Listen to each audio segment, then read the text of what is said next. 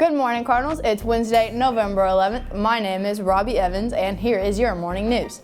Now, before we get into it, I would like to share a joke with you guys. You ready? In honor of the fast approaching Thanksgiving holiday, who is not hungry at Thanksgiving?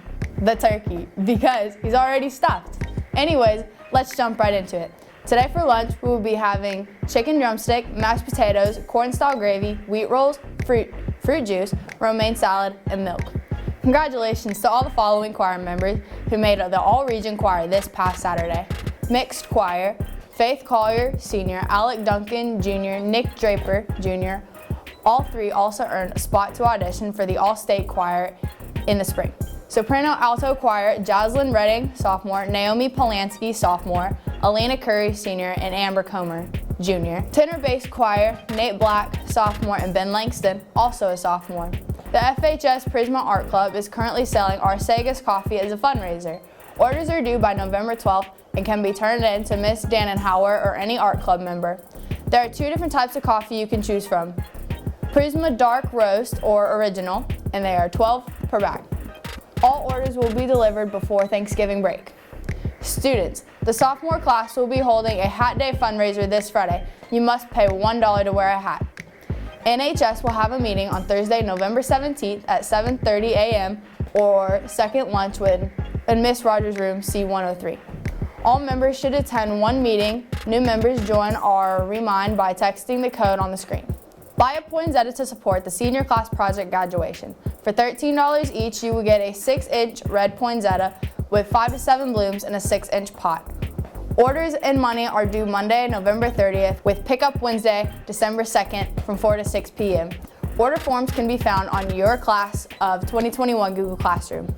2021 yearbooks are now on sale for $40 until December 31st. You can order online or bring cash to check into room C107. The price will increase to $45 in January, and if you do not pre-order, the cost will be $60 for any extra copies that might be available. The yearbook will be better than ever this year, so don't miss out. Seniors, now is your chance to order a senior recognition ad for this year's annual. Orders must be placed by November 30th to guarantee space.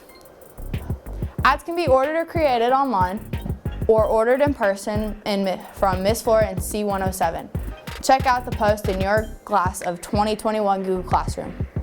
Attention, all Cardinals. Yearbook is looking for photo submissions from the student body. We want pictures of your quarantine summer, voting or campaigning in this year's election, jobs and hobbies outside of school. You do amazing things. We want photos of all of them to highlight in this year's yearbook. Submit photos at images.jostens.com using the code on the screen. Photos will be uploaded by December 15th, 2020. If any teachers have any other announcements you would like to have added, please email or contact Mr. Dean or fill out the Google form that has been sent out via email. Well, that's all I have for you today. Up next, we have Gabe Ruiz in the Card Center with the latest and greatest in sports. Have a wonderful Wednesday, Farmington, and remember, wear your masks.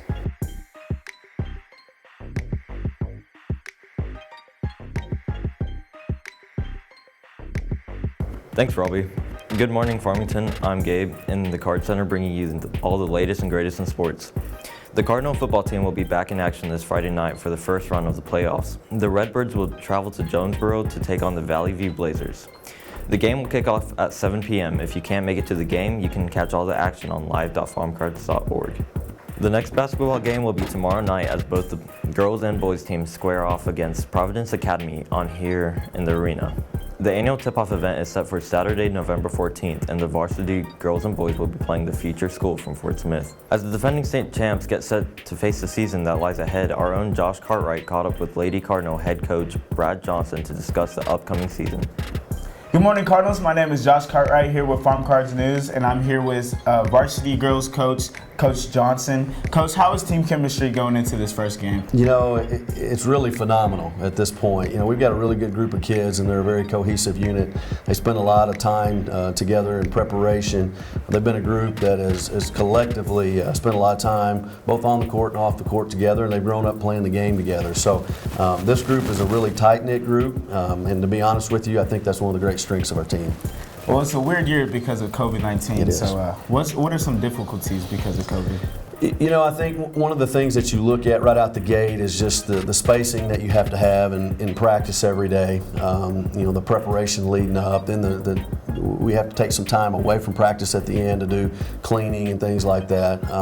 You know, there's some challenges with locker rooms due to spacing and dressing schedule, but that's all stuff that we just try to accommodate for in practice. And you know, the other side of that is the off the court issues. Is, you know, we're a team that's real big on doing a lot of social events. We like to do a lot of volunteer work. We like to spend a lot of time together. And COVID right now kind of puts a damper on a little bit of that stuff, because we have to be conscious of the fact that social distancing is a part of everyday life right now, and ultimately we want to be able to have a season. And so we have to kind of spread apart. We've kind of had to cut back on some of our team outings and things like that, but you know, it's a willing sacrifice that our kids and our coaches are willing to make, just because we want to be able to play and be able to get out back on the floor and defend our title.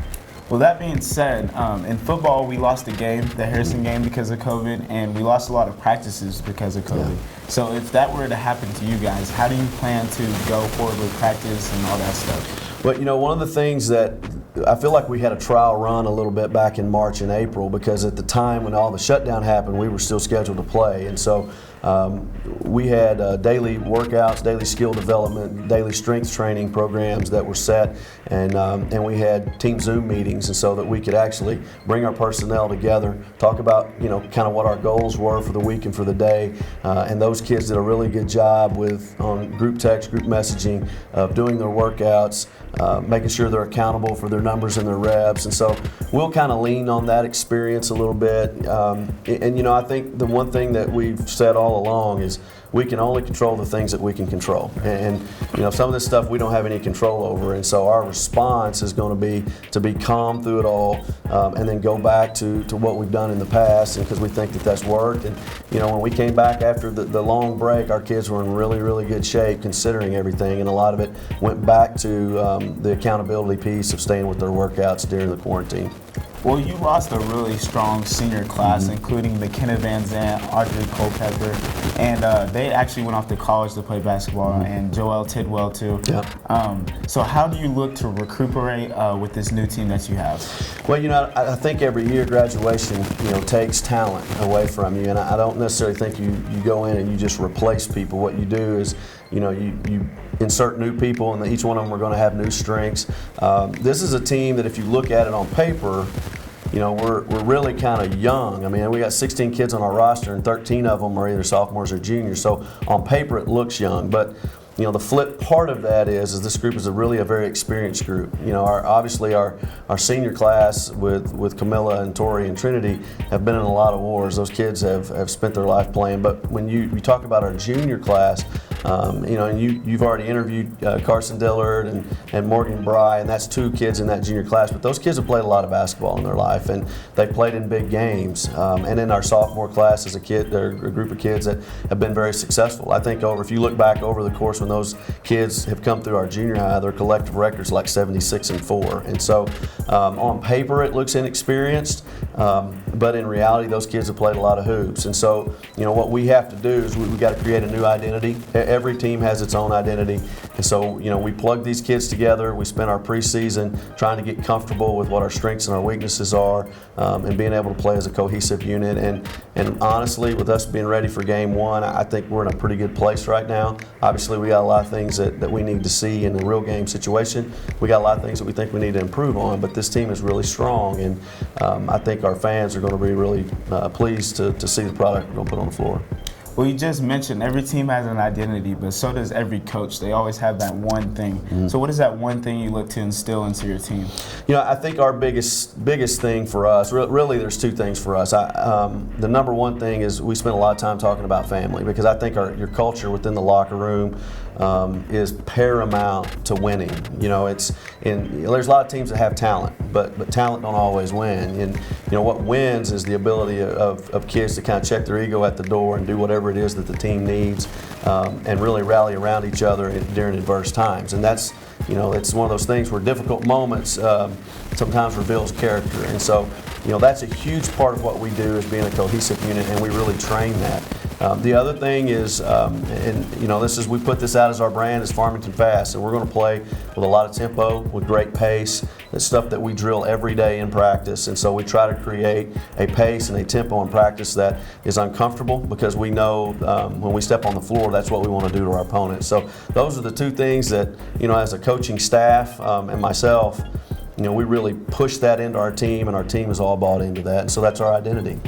Well, if there's one thing everybody knows is you guys are winners, and we love watching you guys. So I thank you for coming on the show today. Appreciate it. Come out and support us this year. Back to you guys in the news. Thanks, Josh.